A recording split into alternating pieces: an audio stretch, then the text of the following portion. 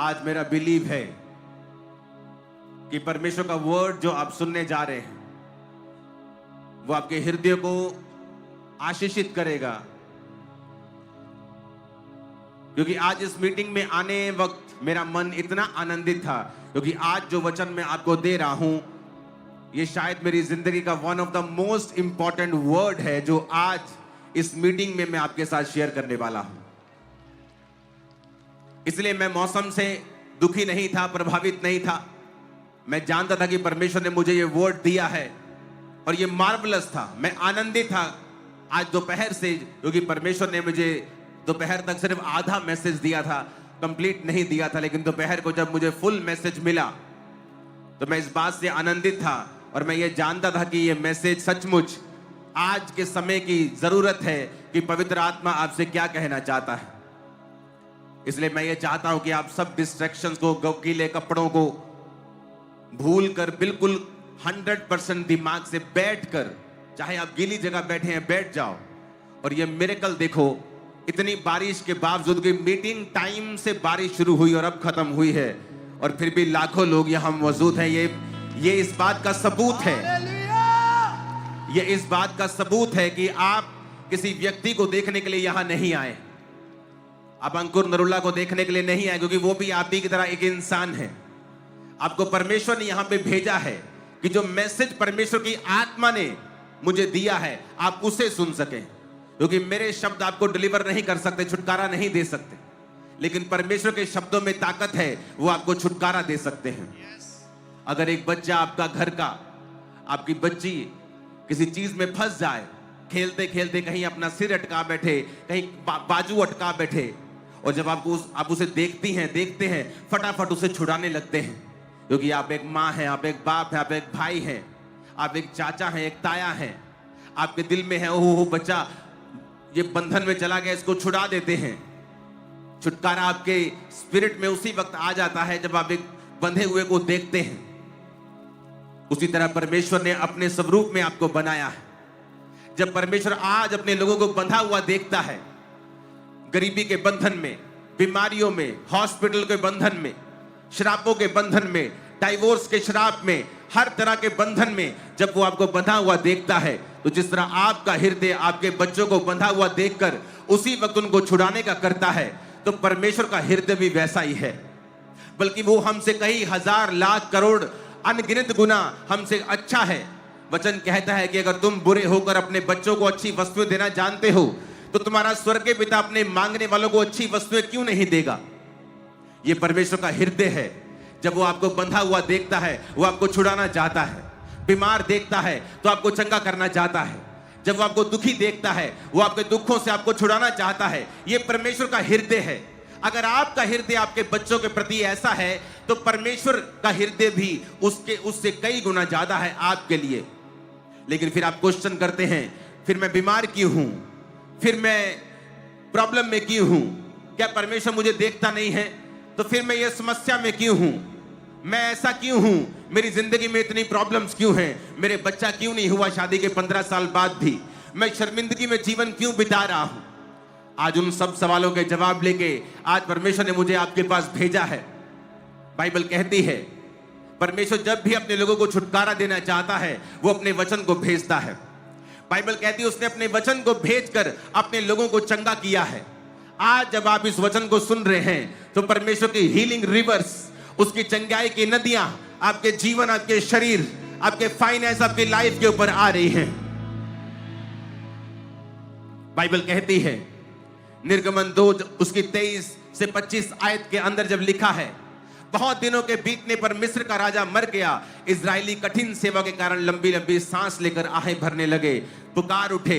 उनकी दुहाई जो कठिन सेवा के कारण हुई वो परमेश्वर तक पहुंची। परमेश्वर ने उनका कहराना सुनकर उनकी वाचा को जो अब्राहम, इसहाक और याकूब के साथ बांधा था याद किया। वचन कहता है इजरायली लोग जब मिस्र की गुलामी में थे, तो वहां पर मिस्र के राजा ने उन्हें तंग करना शुरू किया और अलग अलग तरह के गारे के, ईंटों के कामों से उन्हें दुखी कर दिया। वो लगातार दुखी कामों में परमेश्वर की दुहाई देने लगे, परमेश्वर की उपासना करके परमेश्वर के नाम की दुहाई देने लगे कि वो उन्हें छुड़ाए। और वचन कहता है परमेश्वर ने अपने दास मूसा को कहा, मेरे लोग कराह रहे हैं, मेरे लोग दुखी हैं, वो राजा के कारण दुखी हैं। अब मैं तुझको उन लोगों के पास भेजता हूं कि तू उनको उन राजा से छुड़ाकर उन्हें कनान देश में लेके जाए, यबूसी परिज्जी लोगों के देश में लेके जाए, जहां दूध और शहद की नदियां बहती हैं। परमेश्वर का हृदय भी एक बाप की तरह अपने लोगों को छुड़ाना चाहता था। लेकिन अगर आप छूटना चाहते हैं तो आज आपको कुछ नहीं करना, सिर्फ एक काम के अलावा आपको परमेश्वर के नाम के ऊपर और उसके वचन के ऊपर भरोसा रखना है।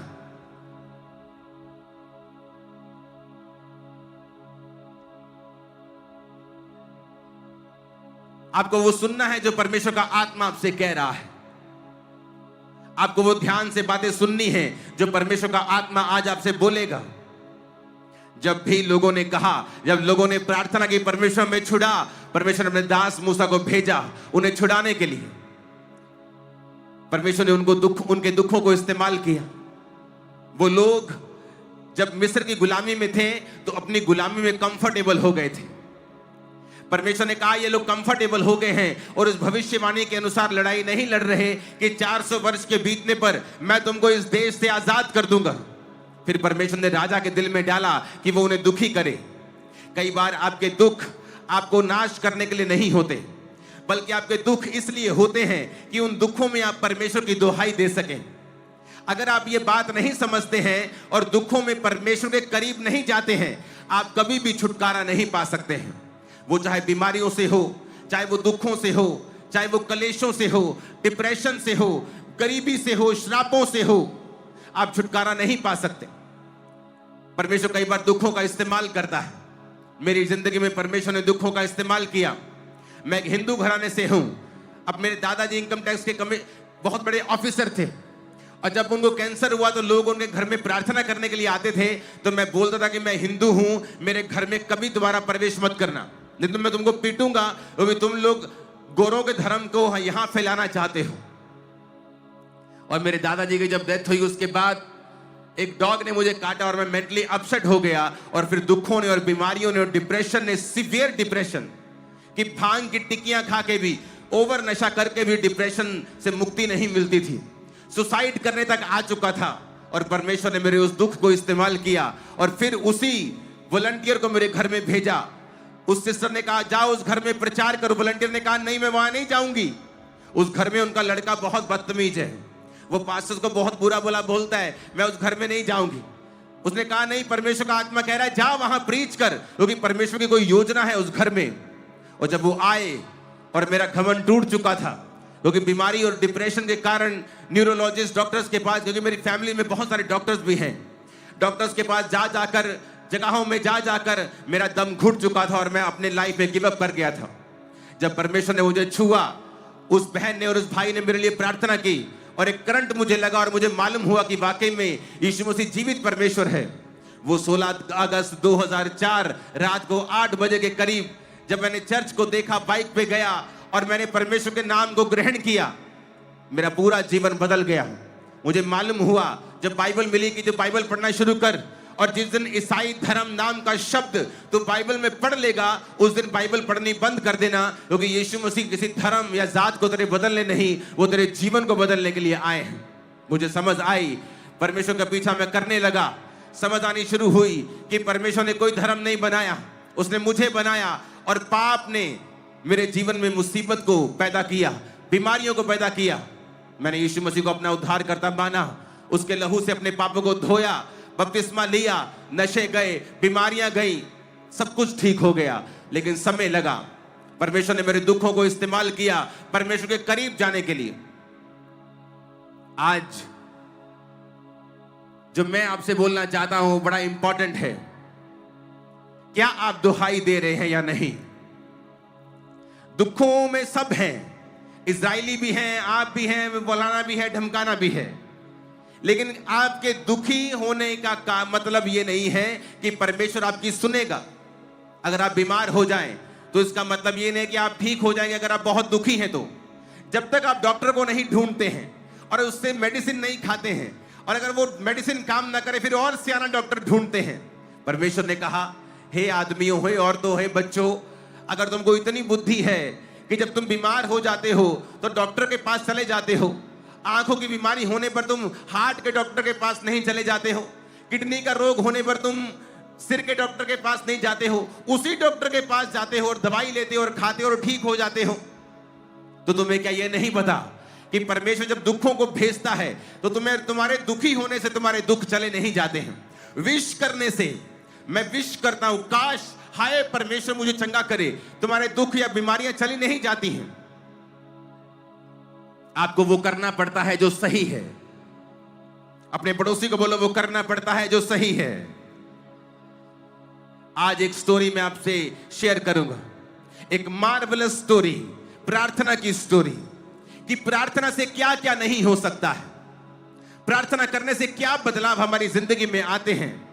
जिस तरह इस्राएलियों ने जब दुहाई दी तो परमेश्वर ने अपने दास मूसा को कहा, मैंने वो दुहाई सुनी है, मैं इस्राएलियों को कहना सुनता हूं मूसा, उनकी दुहाई, उनका रोना, उनकी पीड़ा मेरे कानों तक पहुंची है।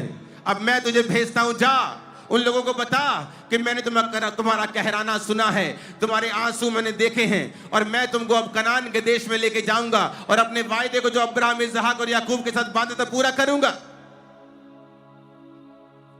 बाइबल कहती क्योंकि वो प्रार्थना कर रहे थे। जब पौलुस जो शाऊल था अंधा हुआ तो वचन कहता वो प्रार्थना कर रहा था। जब वो प्रार्थना कर रहा था परमेश्वर ने अपने दास को कहा, हनन्याह उस गली में जा जो सीधी स्ट्रेट कहलाती है, वहां पे देख एक तरसुस वासी शाऊल का पूछ, क्योंकि वो देख प्रार्थना कर रहा है। क्योंकि जब आप प्रार्थना करते हैं आप परमेश्वर के हृदय को परिवर्तित कर देते हैं। ये बात है 1900 ईस्वी की। एक बच्चा एक स्ट्रिक्ट फैमिली में पैदा होता है जो क्रिश्चियन फैमिली थी। अगर आप मूसा की जिंदगी को देखेंगे तो मूसा उस घराने की औलाद था, उसका बाप भी लेवी वंश का था और उसकी मां भी लेवी वंश की थी। अगर आप मूसा की हिस्ट्री को देखेंगे तो जब भी आप राइट कोई चीज करते हैं आपका रिजल्ट हमेशा राइट होता है। अब यहां पर एक फैमिली है जो बड़ी गरीब है, बड़ी पुअर फैमिली है, लेकिन क्रिश्चियन है और स्ट्रिक्ट फैमिली है। उनके घर में एक बच्चा पैदा होता है, उसका नाम रखा जाता है इवान रॉबर्ट्स। जब वो बच्चा पैदा होता है तो उसको सिखाया जाता है, जब वो 10 साल तक उसको strict disciplined life, quite life उसको सिखाई जाती है। और उसके घर में रूल होता है कि रात को तू प्रार्थना करेगा और बाइबल वर्स को याद करके तू सोएगा। जब तक तू बाइबल वर्स को याद नहीं करेगा तू सोएगा नहीं। तो उस घर में जो एक पुअर फैमिली है, मजदूरी करते थे वो, और मजदूरी भी कहां, कोल माइंस में। ये इंग्लैंड के साथ देश है वेल्स जो यूनाइटेड किंगडम का हिस्सा है, और इस तरह मजदूरी वो करते थे। आपकी स्क्रीन पे वो आ रहा होगा। और ये मजदूर जो होते थे ये कोल की खदानों में, कोयले की खदानों में होते थे। इनके घर में बच्चा पैदा होता है, उसका नाम इवान रॉबर्ट्स रखते हैं और उसको सिखाते हैं कि बेटा डिसिप्लिन्ड लाइफ जीनी है, प्रार्थना वाली जिंदगी जीनी है, और रोज बाइबल वर्स को वो याद करता था। जब वो 11 साल का था उसके पिता का बहुत बड़ा एक्सीडेंट होता है, उनको टांग पर चोट लग जाती है कोल माइन के अंदर। तो उस बच्चे को अपनी फैमिली की हेल्प करने के लिए सारे कुछ छोड़कर काम पे लगना पड़ता है। जब वो 11 साल का था, जब वो 11 साल का था वो काम पे चला जाता है और डोर बॉय बन जाता है। जो दरवाजे पे छोटू, आप बोलते ना छोटू वो चाल ले आ, ए छोटू ये कपड़ा दे आ, ए छोटू कपड़ा मार गाड़ी पे, वो वाला छोटू बन जाता है। और उसके बाद वो अपनी फैमिली की हेल्प करने लगता है। जब वो 13 साल का था और उसे स्पिरिचुअल चीजों में इंटरेस्ट होने लगा, क्योंकि वचन कहता है कि जब तू अपने बच्चों को छोटे होते ही मेरी लाइन पे चलाएगा, जब वो बड़े हो जाएंगे तो उससे पीछे नहीं हटेंगे। जब वो 13 साल का था उसे परमेश्वर की आत्मा में इंटरेस्ट आने लगा, और वो जब चर्च गया तो एक दिन पास्टर ने कहा हर संडे चर्च आया करो, क्या पता जिस दिन तुम नहीं आए उस दिन पवित्र आत्मा ने अगर चर्च विजिट किया हो, तो उस दिन पवित्र आत्मा उतर आया और तुम चर्च में ना हुए तो क्या होगा।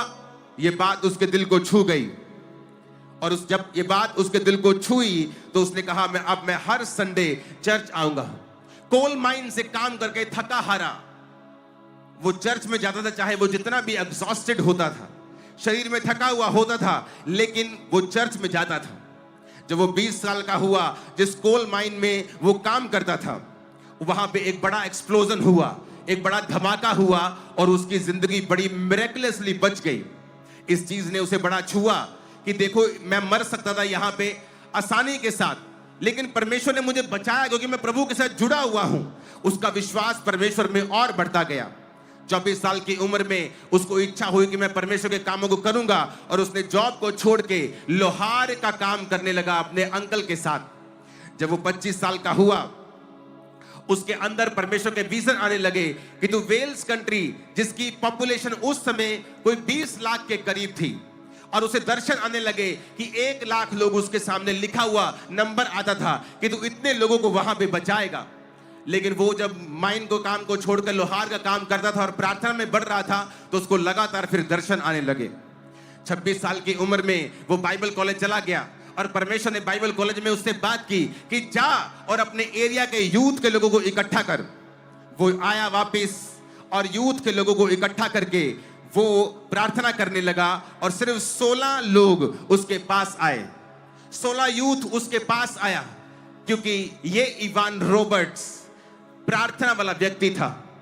जब ये 13 साल का था, परमेश्वर ने इसको बोझ दिया कि तू रोज प्रार्थना करेगा, और ये रोज रात को 1 बजे प्रार्थना शुरू करता था, सुबह के 5 बजे तक, और रोज 4 घंटे ये रोज प्रेयर करता था, 4 घंटे।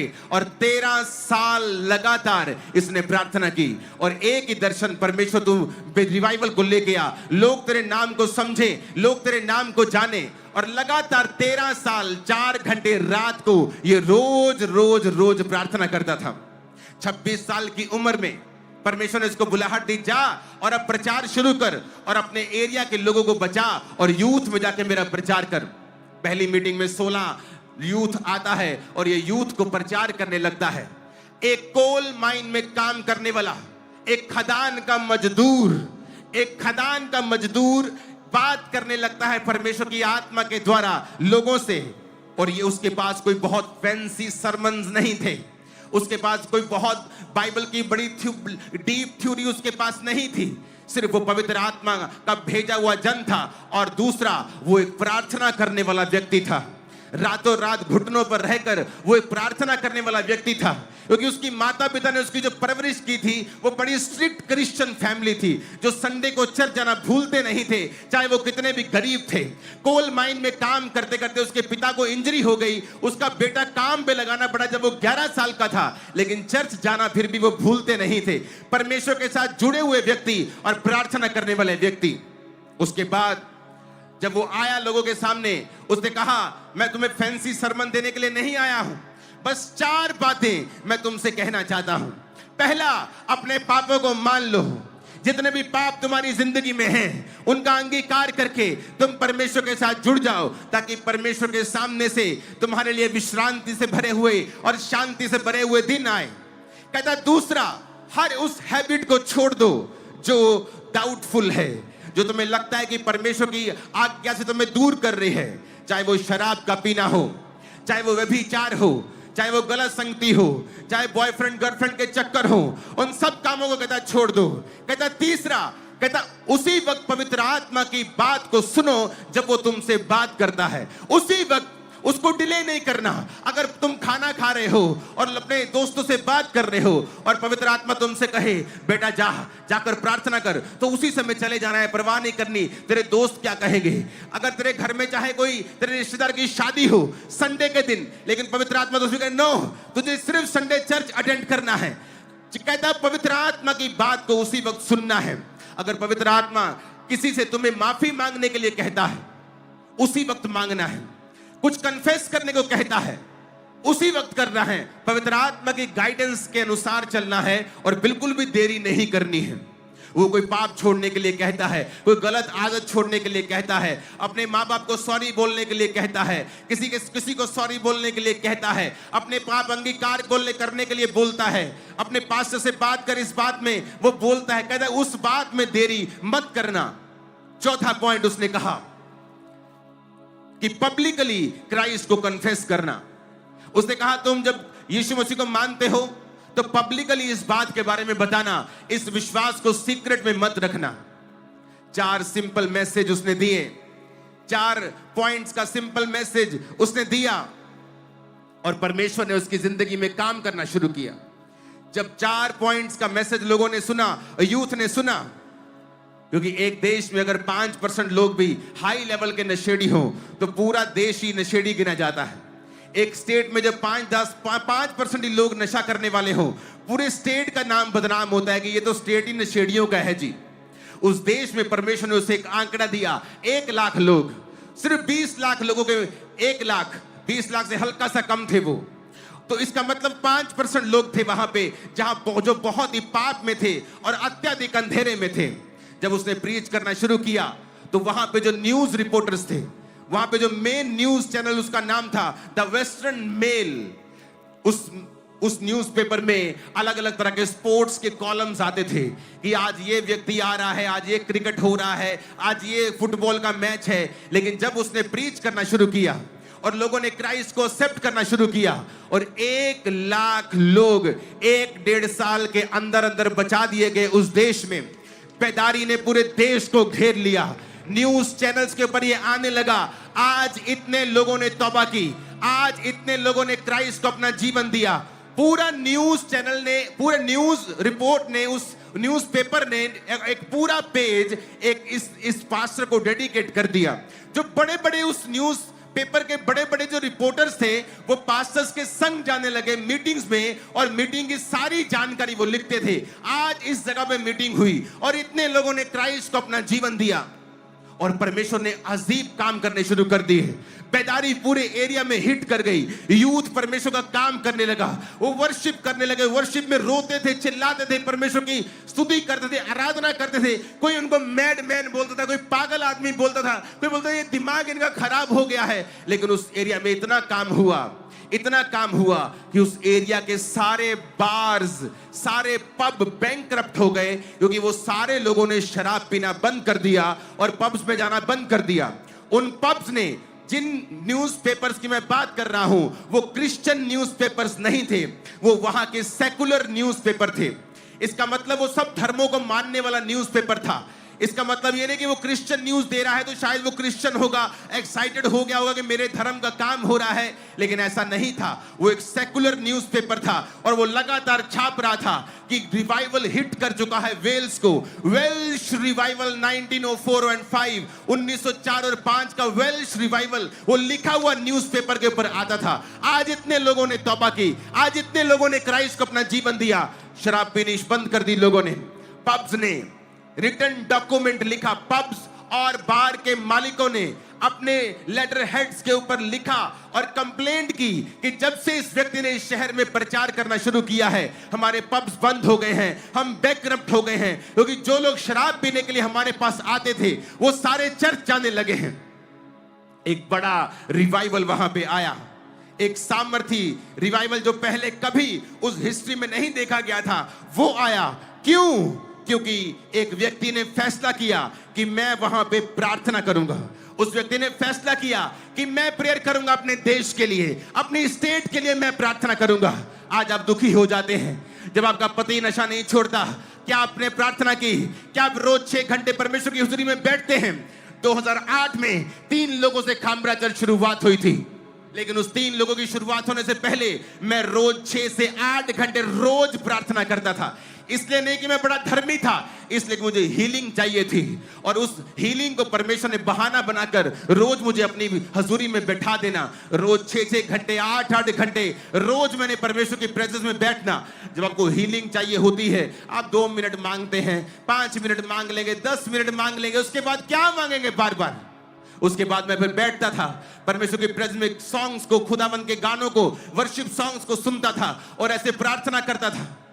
जब मेरा यूथ जो फ्रेंड होते थे, जब संडे आता था उनको एक्साइटमेंट होती थी, वाओ आज हम वाटर पार्क जा रहे हैं, आज हम घूमने जा रहे हैं, आज हम पहाड़ों पे जा रहे हैं। और मेरे दिल में एक्साइटमेंट होती थी, वाओ आज मुझे अपनी दुकान से छुट्टी है, क्योंकि मैं बिजनेस करता था।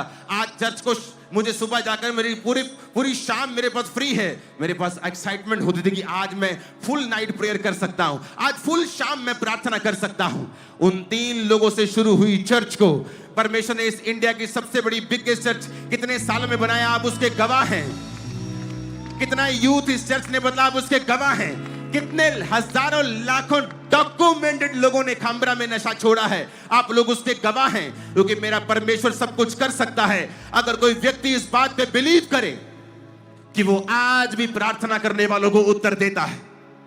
आप दुखी हैं क्योंकि आपका हस्बैंड दारू पीता है, आप दुखी हैं क्योंकि आपकी बेटी बिगड़ी हुई है, आप दुखी हैं क्योंकि आपका बिजनेस नहीं चलता है, आप दुखी हैं क्योंकि आपको डिप्रेशन है। तो कितने घंटे आपने प्रार्थना की है रोज? दुखी होने से आप ठीक नहीं हो जाएंगे, दुखी होने से आप आजाद नहीं होंगे। जब तक आप दुहाई नहीं देंगे परमेश्वर के नाम की, जब तक आप फैसला नहीं करेंगे आज से मैं रोज घुटनों पर जाके परमेश्वर के सामने बैठूंगा, क्योंकि उसका वचन कहता है मेरे प्रिय भाइयों दृढ़ रहो, हियाव बांधो, क्योंकि तुम जानते हो मसीह में की गई मेहनत कभी व्यर्थ नहीं जाती। कितनी मेहनत की आपने अपने देश के लिए।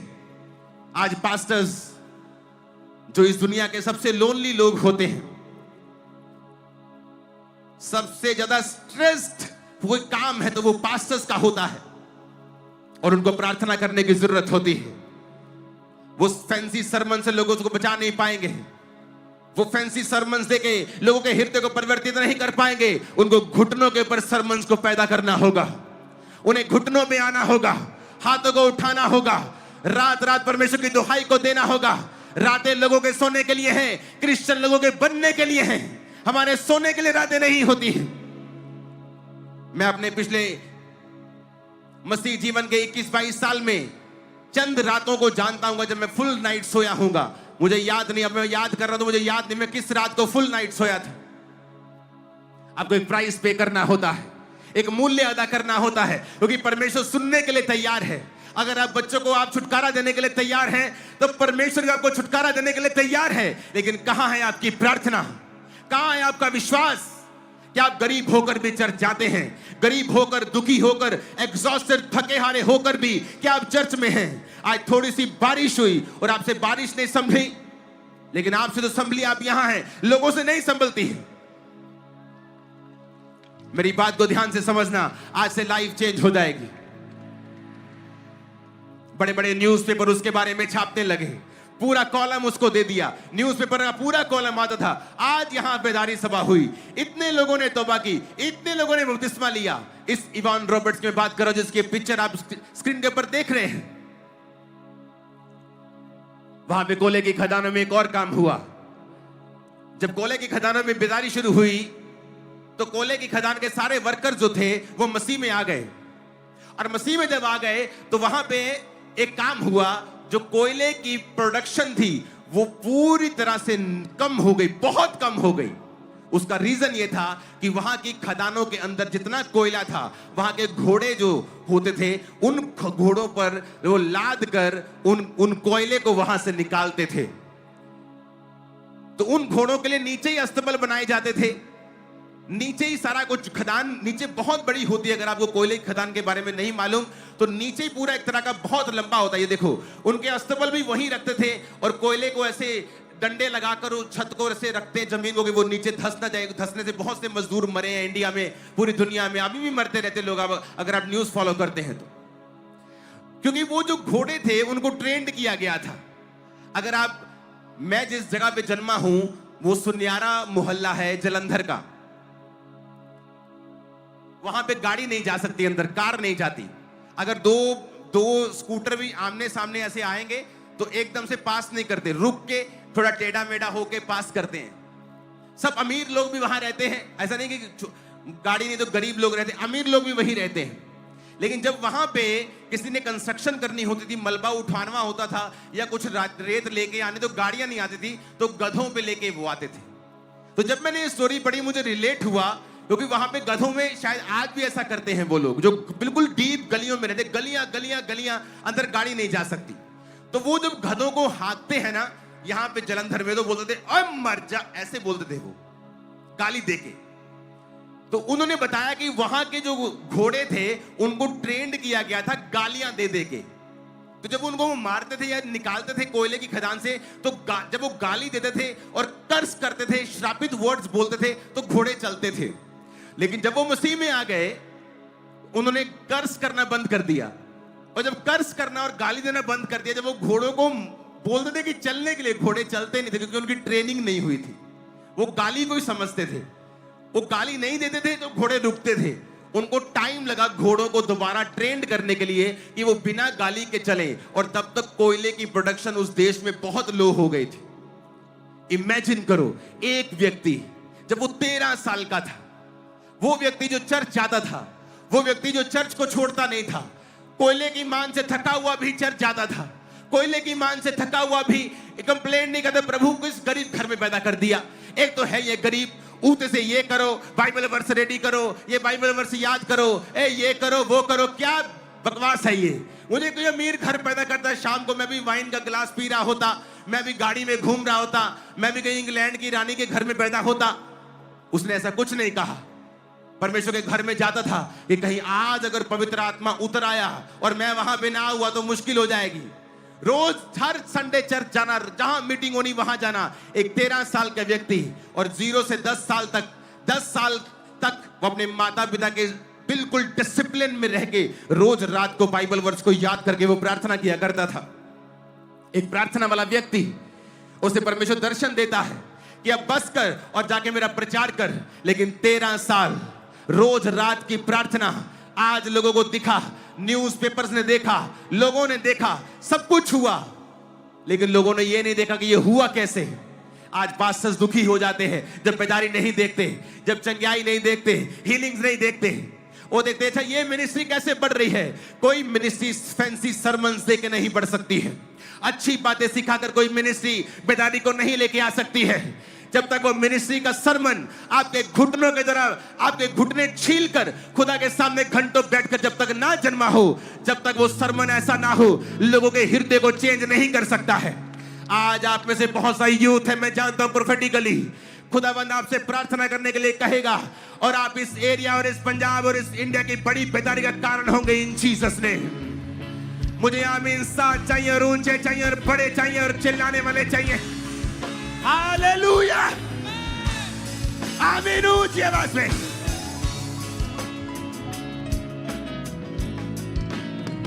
सात बार आमीन बोलो, ऊंची आवाज में।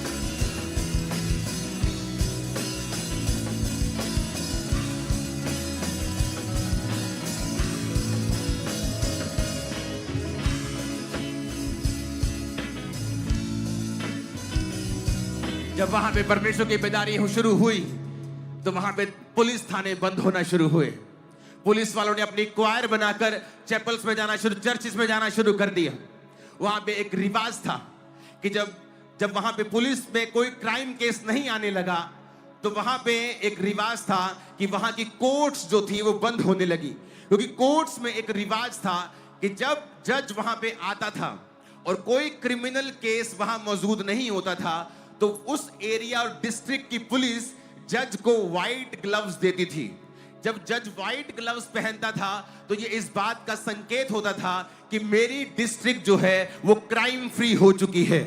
तो जब एक दिन ऐसा हुआ कि कोई क्रिमिनल केस नहीं आया, पुलिस आई, जज को उन्होंने वो पहनाया, व्हाइट वाला ग्लव्स पहनाया।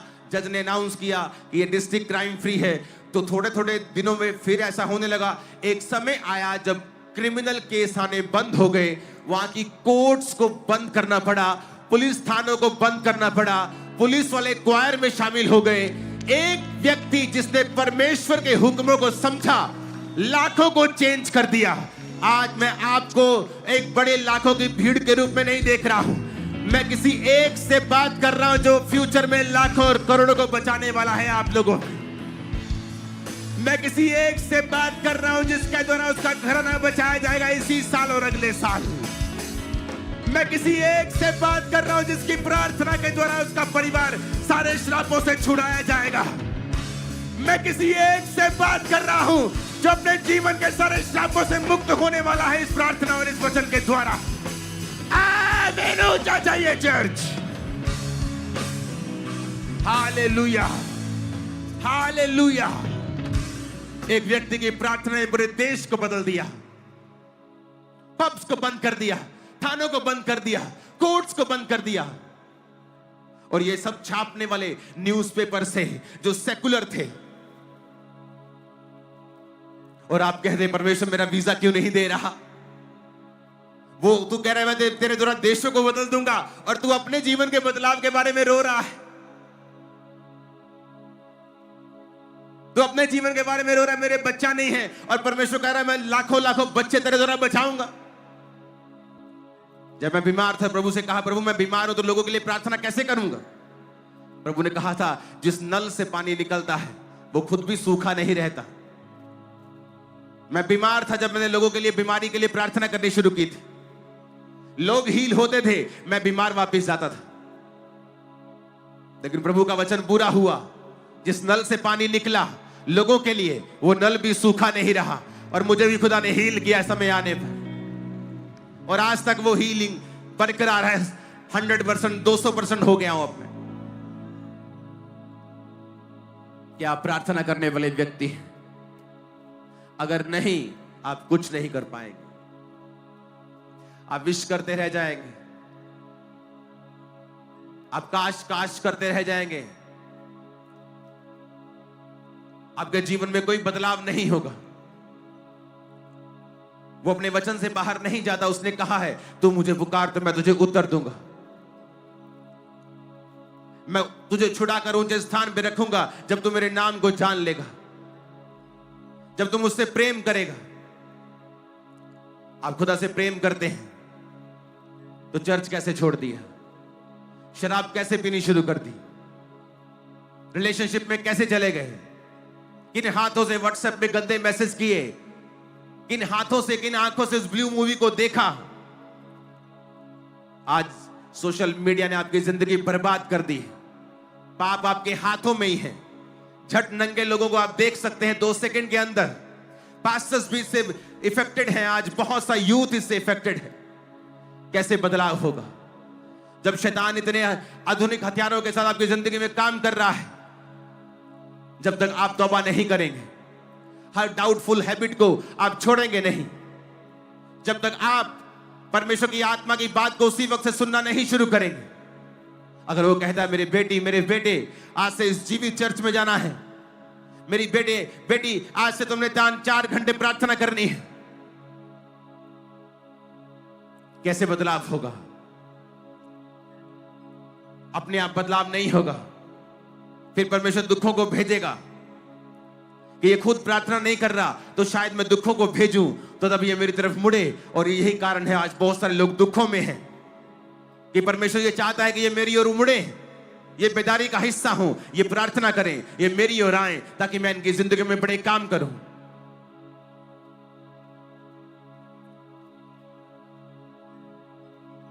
हालेलुया।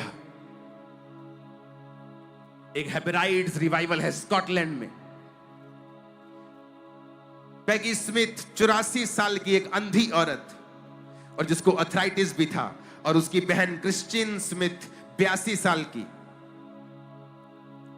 उनके दिल में एक बोझ आया कि लोग यूथ चर्च अटेंड क्यों नहीं करता, और वो रोज अपने घर में क्वार्टर में रोज 10 बजे रात से लेकर 4 बजे सुबह तक वो रोज प्रार्थना करती थी।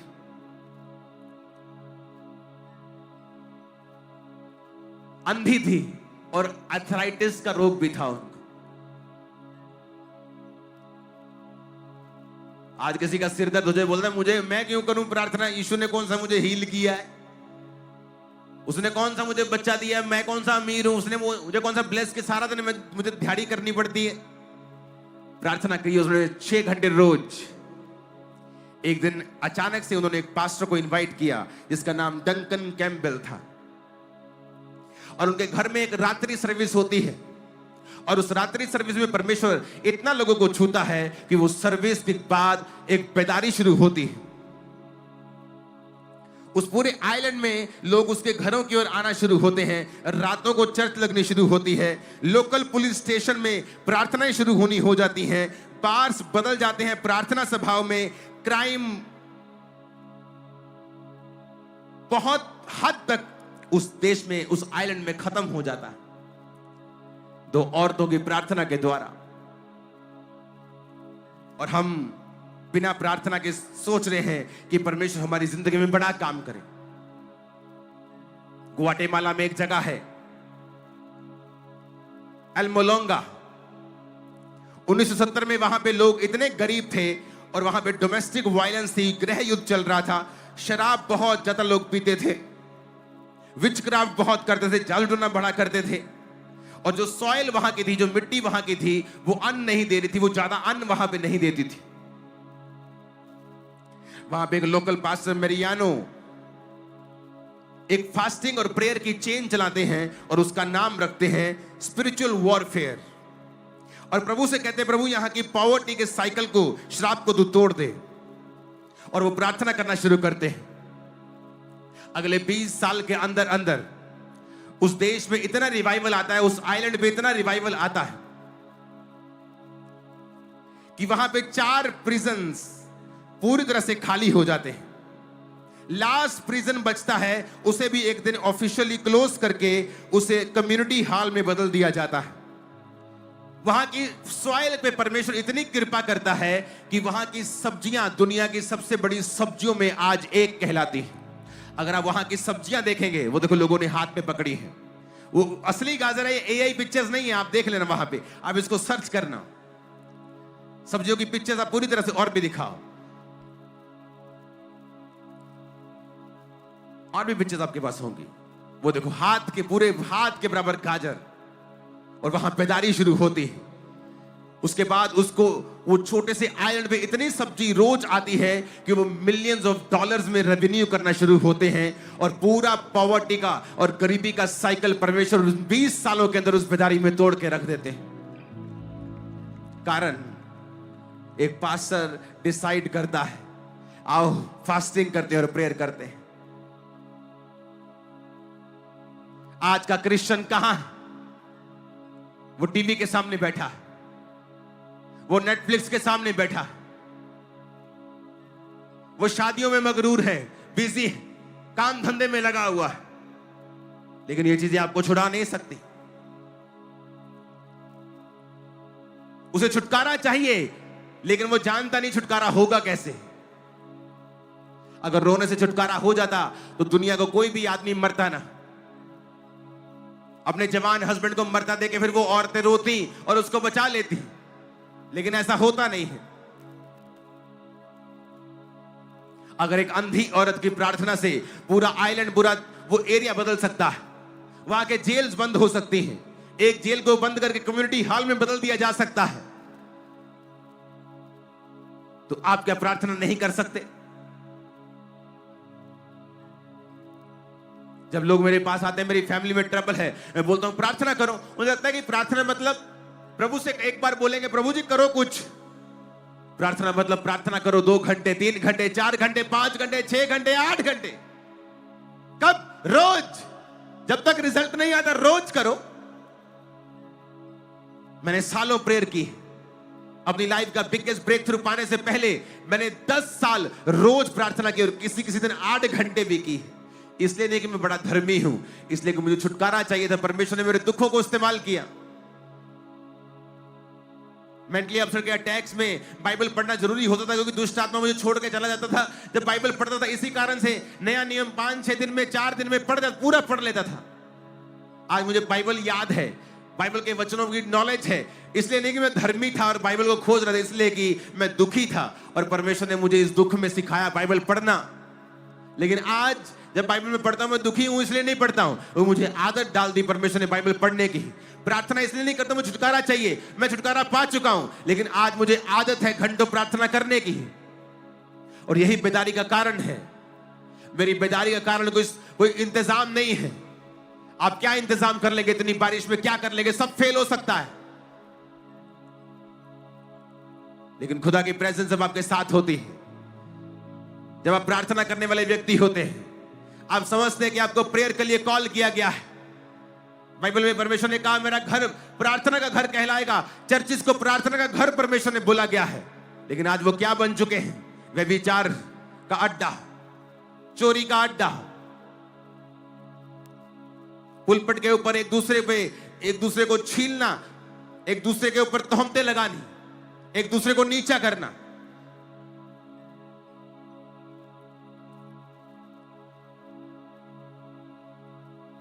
कहां गया हमारा प्रेम कि होली स्पिरिट की बात को सुनना है, तौबा करनी है, पापों को खत्म कर देना है, गंदी आदतों को खत्म कर देना है, होली स्पिरिट को सुनना है, पब्लिकली क्राइस्ट को कन्फेस करना है।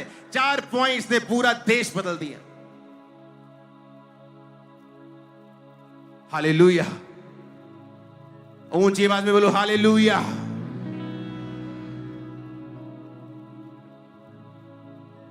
क्या नहीं कर सकता खुदा? क्या नहीं कर सकता? जब आपकी लाइफ में आपको लगेगा कि अब एक भी रात में निकाल नहीं सकता हूं, अगली सुबह आपकी जिंदगी की सबसे खूबसूरत सुबह होगी। जब आपको लगेगा कि नहीं ये हल नहीं हो सकता, medically it is impossible, naturally ये इम्पॉसिबल है, एक दिन आएगा जब आप बड़ा मिरेकल देखेंगे। अगर आप खुदा के साथ लगे रहेंगे, खुदा के साथ जुड़े रहेंगे, जो राइट है वो करेंगे। कब राइट करेंगे? जब सब कुछ अच्छा चल रहा है, तब तो हर बंदा राइट कर सकता है। एक लेवी घराने का पुरुष एक लेवी घराने की औरत के साथ तब शादी करता है जब वो मोस्ट डिप्रेस्ड टाइम था, इजरायली हिस्ट्री का द मोस्ट डिप्रेस्ड टाइम, जब राजा उनको बिल्कुल दुखी कर रहा था, तब मूसा पैदा होता है। आप अच्छा करें तब, जब सब कुछ अच्छा चल रहा है वो तो सब कर सकते हैं, लेकिन जब आपकी लाइफ का डिप्रेस टाइम है, क्या तब भी आप राइट थिंग करने के लिए तैयार हैं? जब आपकी लाइफ में मुसीबतें हैं और तब भी आप सही चीज करने के लिए तैयार हैं, तो याद रखना आपके छुटकारे की शुरुआत हो चुकी है। वो गरीबी से छुटकारा, शर्मिंदगी से, श्रापों से, ट्रबल से, डैनियल की लाइफ में बड़ा बंधन कि उसको पकड़ के लेके जाते हैं, अब तू हमारे राजा के अधीन रह के उसके दरबार में आया करेगा। इतने डिप्रेस टाइम में भी कहता मैं वही खाऊंगा जो बाइबल कहती है, जो बाइबल नहीं कहती मैं वो नहीं खाऊंगा, चाहे मुझे मरना पड़े। और हम कहते हैं आज मैं दुखी था, आज मुझे मेरा वीजा फिर से 7वीं बार रिजेक्ट हो गया, मैं शराब पी के आया हूं घर, और मैंने अपनी गर्लफ्रेंड से बात भी की है, क्योंकि आज मैं दुखी था, आज मैं दुखी थी, मैंने 7 घंटे टीवी देखा है, मैंने प्रेयर भी नहीं की 3 दिन से। क्यों? क्योंकि मैं दुखी थी।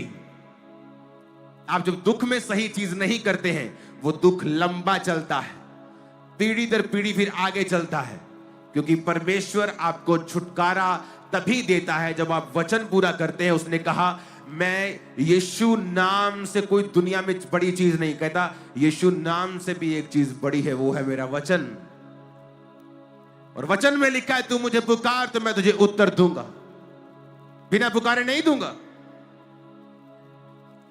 तू मेहनत करेगा मैं सफल करूंगा, तो दुहाई देगा मैं उत्तर दूंगा। और आज लोग आधे घंटे की प्रार्थना को दुहाई समझ बैठे हैं, महीने में 1 संडे चर्च जाके, बाकी साल में 2 बार क्रिसमस और ईस्टर पे चर्च जाके अपने आप को क्रिश्चियन समझे बैठे हैं। आप कहां क्रिश्चियन हैं? आपसे ज्यादा तो अन्य जाते हैं लोग चर्च, इतना तो वो चर्च चले जाते हैं चर्च में जितना आप जाते हैं। टाइट हम देते नहीं, हमारा गुजारा नहीं होता, इसलिए नहीं होता क्योंकि तुमको पहले अगर पैसे में छुटकारा चाहिए तो अपना पैसा खुदा के कामों में देना सीखो। इसलिए आज बेदारी नहीं है, क्योंकि कलीसियाएं और पास्टर्स प्रार्थना में नहीं है। जब ये चर्च बड़ी हुई और चर्च में 500 लोग आने लगे, तो परमेश्वर ने कहा चाहे तेरी चर्च बढ़ जाए और तुझे विजिट करनी पड़ती है, लेकिन प्रार्थना का समय कम नहीं होना चाहिए। मैंने लोगों को समझाया कि देखो पहले तुम मेरे पास 100 लोग थे, मैं सबके घर में महीने में 1 बार आ जाता था, अब मेरे पास 500 लोग हैं। अगर आप सब बोलोगे मैं 1 बार आपके महीने में घर आऊं तो मैं प्रार्थना नहीं कर पाऊंगा। अगर मैं ही प्रार्थना नहीं कर पाऊंगा तो आपके जीवन में क्या काम करेगा परमेश्वर? मैं आपको तो खुश कर लूंगा, लेकिन परमेश्वर को प्रसन्न नहीं कर पाऊंगा, उसकी मर्जी पूरी नहीं कर पाऊंगा। और शायद हो सकता हम इन्हीं 500 लोगों में रह जाएं और बड़ी बेदारी फिर ना आए। लोगों ने मेरी बात को समझा और कहा पास्टर जी आप प्रार्थना करें, हम आपके लिए प्रेयर करेंगे, हमें जरूरत नहीं है। प्रार्थना की, मेरी प्रार्थना का समय कम नहीं हुआ, बेदारी आई, वो बेदारी आज दुनिया ने देखी है। आज हम वर्ल्ड के लिए एक एग्जाम्पल है कि 40 डिग्री हो या -1 हो या बारिश हो, ये कैसी चर्च जो लाखों में बैठी रहती है बिना रुके थके, बारिश आंधी तूफान कोई मतलब नहीं। जो कलीसिया घुटनों से जन्मेगी, प्रार्थना से जन्मेगी, वचन से जन्मेगी, और वो वचन जो आपने परमेश्वर की हजूरी में लिया, जो आपने प्रीच करने के लिए नहीं पढ़ा, जो आपने रियल में खुदा की आत्मा से लिया है, वो लोगों के हृदय को परिवर्तित करता है। अगली बार जब पठानकोट में मैं आऊंगा, मैं 2 दिन के लिए आऊंगा, 2 रातों के लिए आऊंगा।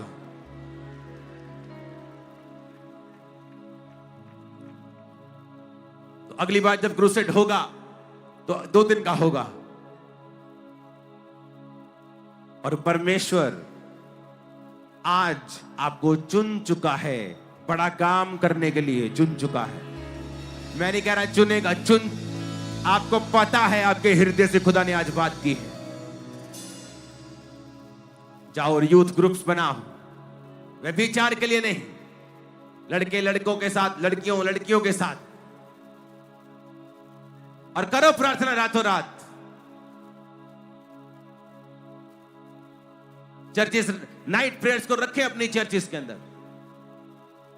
फास्टिंग प्रार्थना को रखें 10-10 दिन, 7-7 दिन करें प्रार्थना परमेश्वर के सामने, रखें अपना जीवन पवित्र परमेश्वर के सामने, फिर देखें क्या नहीं होता है। 8 साल के अंदर, 2008 से लेके 2014 तक 6 साल के अंदर मैंने 8 जगहें बदली हैं चर्च की, क्योंकि जिस जगह को मैं लेता था वो लोगों से भर जाती थी। फिर मैं बड़ी जगह, डबल जगह लेता था, बोलता था अब मैं यहां पे सुखी रहूंगा, 1 साल में वो भरती थी। उससे डबल जगह, अब यहां ठीक रहेगा, 1 साल में भरती थी। 6 साल के अंदर मैंने 8 जगहें चेंज की हैं। जिस जगह फिर मैं आया वहां पे 50-100 एकड़ जगह मौजूद थी। मुझे मालूम था अगर मैं 5 एकड़ में भरूंगा मुझे अगली जगह जाने की जरूरत नहीं, परमेश्वर 10 एकड़ और दे देगा, और वहां पे वो 70-80 एकड़ में चर्च लगता है, जो 10 बाय 10 के कमरे से शुरू हुआ था। वो सब कर सकता है, उसके पास ताकत है, कुव्वत है, पर वो अपने वचन से बाहर नहीं जाता। वो कहता तू प्रार्थना कर, मैं तेरी सुन के बड़ी कठिन कठिन बातें तुझे समझाऊंगा जिन्हें तू अब नहीं समझता, अभी नहीं समझता। तू मुझे पुकार तो मैं तुझे उत्तर दूंगा। अपना मुकदमा मेरे सामने लड़ो, अपना प्रमाण मुझे दो, बाइबल कहती है। लेकिन हमने ऐसा नहीं किया, हम बस रोते रहे, पास्टर्स को तंग करते रहे कि पास्टर्स हमारे लिए प्रार्थना करें। उसकी प्रार्थना तब काम करेगी जब तुम परमेश्वर के साथ सही तरह से जुड़े हुए होगे। अगर तुम्हारे कनेक्शन टूटे हुए हैं, पास्टर की प्रेयर तुम्हारे जीवन में काम नहीं आएगी। वो तुम्हें कुछ देर के लिए सुरक्षित रख लेगी कि तुम तौबा कर सको, तुम्हें कुछ देर के लिए पापों से मन फिराने के लिए प्रेरित करती रहेगी, लेकिन तुम्हारी जिंदगी में संपूर्ण छुटकारा तभी आएगा जब तुम परमेश्वर के साथ मेल मिलाप कर लोगे। अपने हाथों को उठाओ, कहो मैं तौबा करता हूं।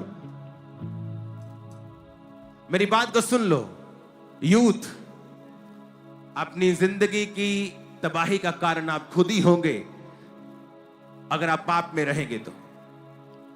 कोई विश, कोई प्रेयर आपको बचा नहीं पाएगी अगर आप तौबा नहीं करेंगे। पाप को मना करना, वो व्यभिचार हो, सेक्स हो, नशा हो, एनीथिंग, अगर आप नहीं बोलेंगे ना, तो शैतान ठान चुका है आपको पटकने के लिए। अपने हाथों को उठा लो, पूरा चर्च, पूरा पठानकोट अपने हाथों को उठा के कहो परमेश्वर हम तौबा करते हैं। और अपने अपने गुनाहों को ऊंची आवाज में मानो कि पिता, इस गुनाह को हम नहीं करेंगे। अपने लहू से यीशु मसीह हमें धो और हमारे पापों से हमें आजाद कर।